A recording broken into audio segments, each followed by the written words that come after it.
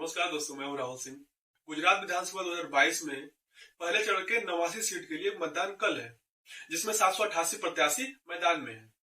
Election watch और association for democratic reform ने वर्ष 2017 की तुलना में इस बार चुनावी मैदान में उतरे प्रत्याशियों का संपत्तियों और उनके ऊपर दर्ज मुकदमे के बारे में जानकारी दी है। इसके अनुसार पिछले विधानसभा चुनाव की तुलना में दागी उम्मीदवारों की संख्या में 6% की वृद्धि हुई है। वहीं करोड़पति उम्मीदवारों की बात करें तो उसमें भी 6% की वृद्धि हुई है। आइए आंकड़ों के हिसाब से जानते हैं कि सभी पार्टी की स्थिति क्या है संपत्ति के हिसाब से। वर्ष 2017 में मुख्यतः 3 पार्टी थी, एक भाजपा, कांग्रेस और बीटीपी।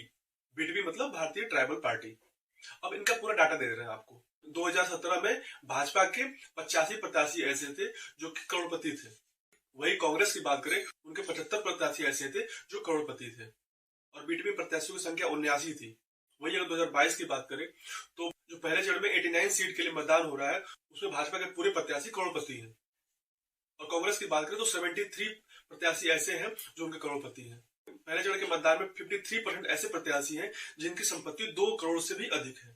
पिछले विधानसभा में बीटीपी के 79% ऐसे प्रत्याशी थे जो कि करोड़पति थे, लेकिन बीटीपी ने इस बार मात्र 14 प्रत्याशी को ही टिकट दिया है। सबसे अच्छी बात यह है कि उसमें से कोई भी प्रत्याशी करोड़पति नहीं है।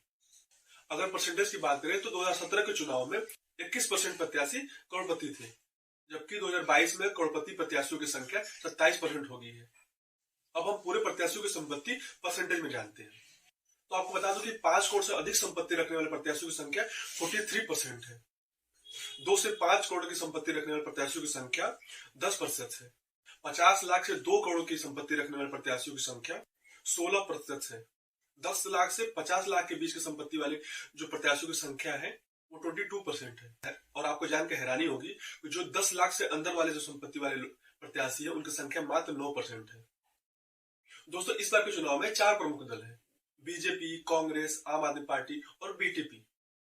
लेकिन आपको ये जानकर हैरानी होगी कि आम आदमी पार्टी में सबसे अधिक दागी उम्मीदवार है। अब हम पार्टी के हिसाब से पूरा डिटेल बताएंगे कि किस पार्टी में कितने प्रत्याशी हैं और कितने दागी उम्मीदवार है उसमें, और दागी उम्मीदवार की प्रतिशत कितनी है और कितने लोग पे गंभीर अपराध है और इनकी परसेंटेज कितनी है। तो सबसे पहले बात करते हैं आम आदमी पार्टी की। आम आदमी पार्टी ने पहले चरण में 88 प्रत्याशी को टिकट दिया है, जिसमें से 32 प्रत्याशी ऐसे हैं जो कि दागी हैं। अगर हम प्रतिशत की बात करें तो 36% उम्मीदवार जो है वो दागी हैं उनके, और उस 32 में से 26 ऐसे उम्मीदवार हैं जिन पे गंभीर अपराध है, जिनकी अगर परसेंटेज देखा जाए तो 30% है। अगर कांग्रेस की बात करें तो कांग्रेस पहले चरण में 89 सीट पर चुनाव लड़ रही है, जिसमें कि 31 ऐसे उम्मीदवार हैं जो उनके दागी हैं।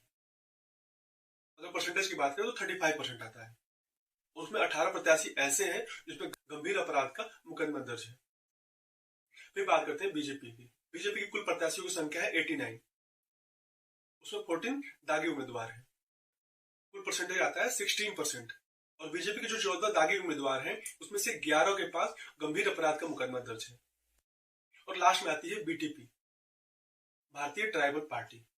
उन्होंने पहले चरण में मात्र 14 लोगों को टिकट दिया है, और उस 14 में 4 ऐसे उम्मीदवार हैं जो दागी उम्मीदवार हैं, और उनके प्रतिशत की बात करें तो 29% आता है, यानी कि बीटीपी के 29% उम्मीदवार दागी हैं, और उसमें से एक उम्मीदवार पे गंभीर अपराध का मुकदमा दर्ज है।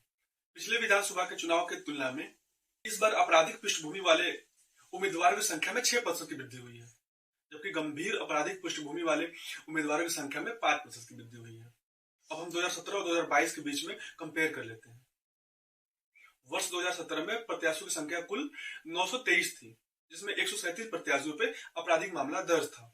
अगर हम प्रतिशत की बात करें तो 15% ऐसे प्रत्याशी थे जिन पे आपराधिक मामला दर्ज था, और आपको ये जानकर हैरानी होगी 78 प्रत्याशी उसमें ऐसे थे जिन पे गंभीर अपराध का मामला दर्ज था। अगर हम प्रतिशत की बात करें तो 8% ऐसे प्रत्याशी थे जिन पे गंभीर अपराध का मामला दर्ज था। अब हम बात कर लेते हैं 2022 के चुनाव के बारे में। 2022 में कुल प्रत्याशियों की संख्या 788 है, यानी 788। प्रत्याशियों की संख्या घटी है, लेकिन जो आपराधिक मामले हैं वो बढ़ गए हैं। आपराधिक मामलों की संख्या 167, यानी कि 167। और अगर हम परसेंटेज की बात करें तो ये परसेंटेज बढ़ के 15 से 21% हो जाता है। और जो 167 प्रत्याशी थे जिन पे आपराधिक मामले दर्ज थे, उसमें 100 ऐसे प्रत्याशी हैं जिन पे गंभीर अपराध का मामला दर्ज है, जो कि कुल प्रत्याशियों की संख्या का 13% है।